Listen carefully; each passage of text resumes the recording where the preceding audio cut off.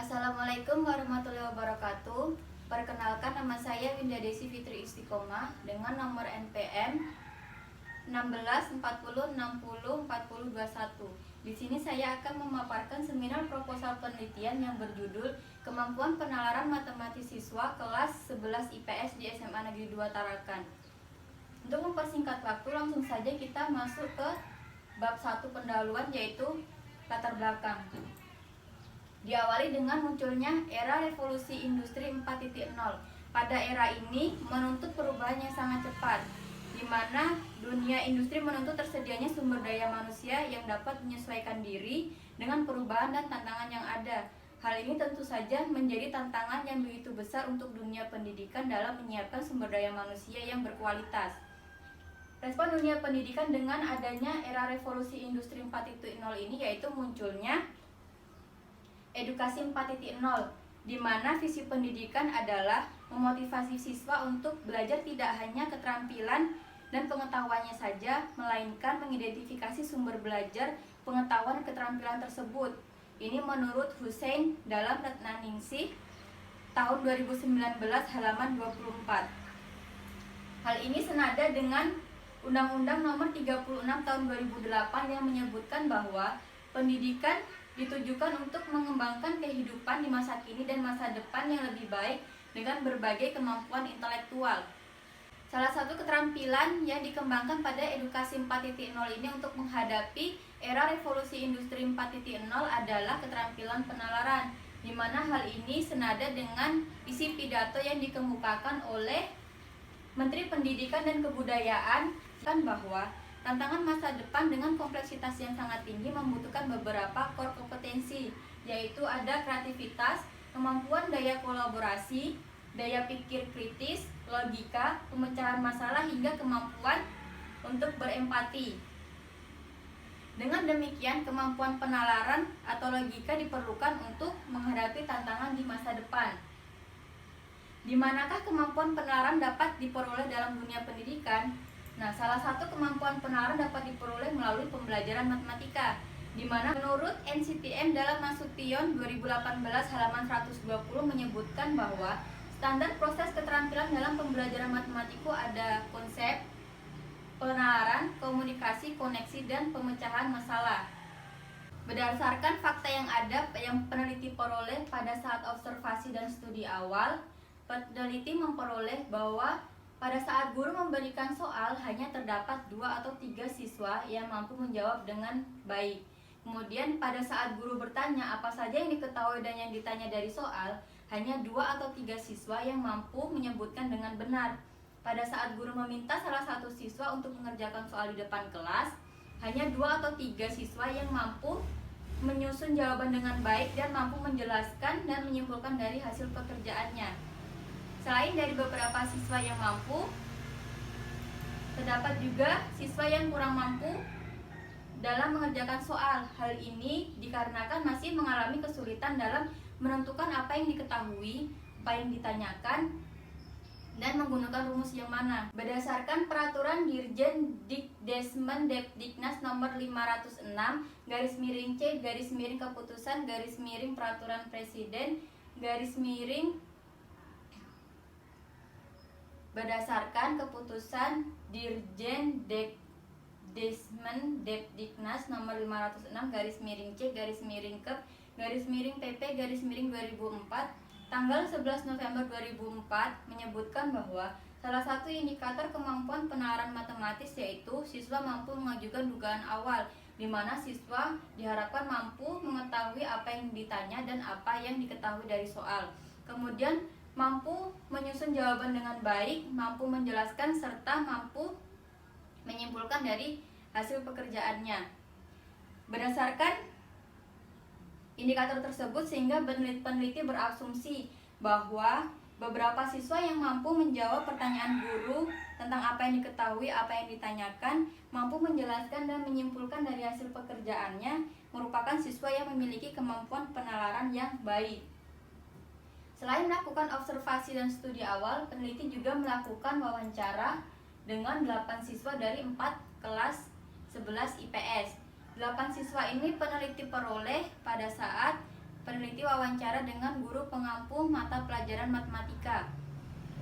Setelah mendapatkan 8 siswa, peneliti kemudian melakukan wawancara menggunakan soal yang memuat kemampuan penalaran matematis. Selain melakukan wawancara, peneliti juga melakukan analisis dokumen, yaitu melakukan analisis dari daftar nilai siswa dan daftar hadir siswa. Berdasarkan observasi studi awal wawancara dan dokumentasi, peneliti memperoleh 2 siswa yang sesuai dengan indikator kemampuan penalaran matematis. Kemudian, berdasarkan latar belakang tersebut, peneliti mengambil rumusan masalah, yaitu bagaimana siswa kelas 11 IPS di SMA Negeri 2 Tarakan melatih kemampuan penalaran yang dimilikinya, dengan tujuan dari cara-cara siswa tersebut dapat diterapkan kepada siswa yang kurang memiliki atau masih memiliki kesulitan dalam kemampuan penalaran.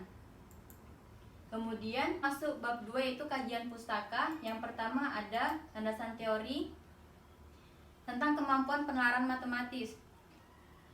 Menurut berbagai ahli yang menyebutkan tentang kemampuan penalaran matematis, peneliti menyimpulkan bahwa kemampuan penalaran matematis merupakan suatu proses berpikir untuk menarik kesimpulan atau membuat suatu pernyataan baru yang benar dan berdasarkan pada pernyataan yang kebenarannya sudah dibuktikan. Indikator kemampuan penalaran matematis pada penelitian ini yaitu menurut Peraturan Dirjen Dikdasmen Depdiknas nomor 506/Kep/PP/2004 tanggal 11 November 2004. Karakteristik individu dengan kemampuan penalaran matematis pada penelitian ini yaitu menurut Suharman dalam Nurhayati dan kawan-kawan tahun 2013 halaman 2. Penelitian relevan dalam penelitian ini yaitu menurut Nurhayati dan kawan-kawan tahun 2013 dengan judul Kemampuan Penalaran Siswa Kelas 8 dalam Menyelesaikan Soal Kesebangunan. Kemudian bab 3 yaitu metode penelitian. Yang pertama ada jenis dan pendekatan penelitian, yaitu kualitatif studi kasus. Fokus penelitiannya pada kemampuan penalaran matematis siswa. Dan subjek penelitian yang digunakan pada penelitian ini adalah 2 siswa kelas 11 IPS SMA N2 Tarakan yang sudah peneliti peroleh pada saat melakukan studi awal.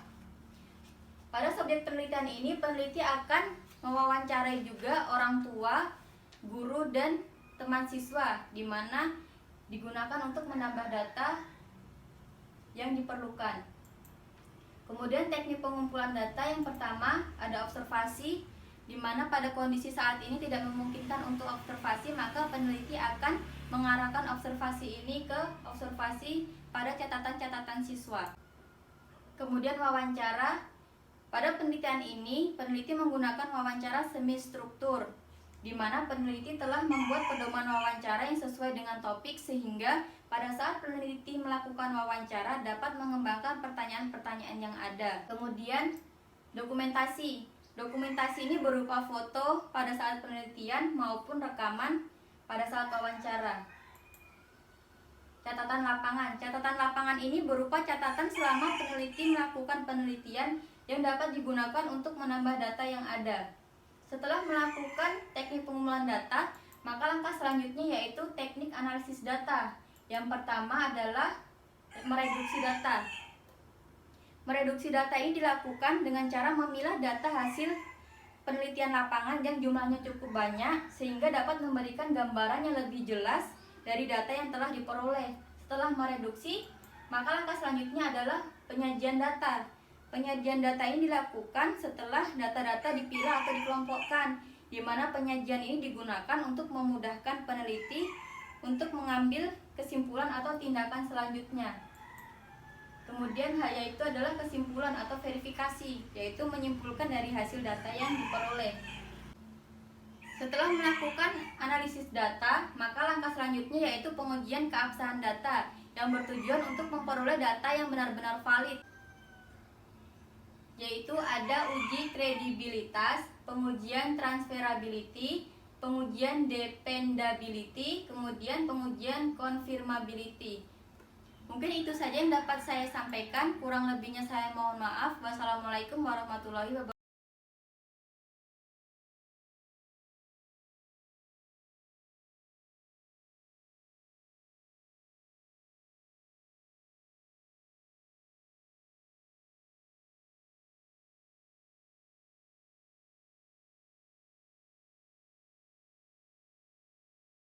wabarakatuh.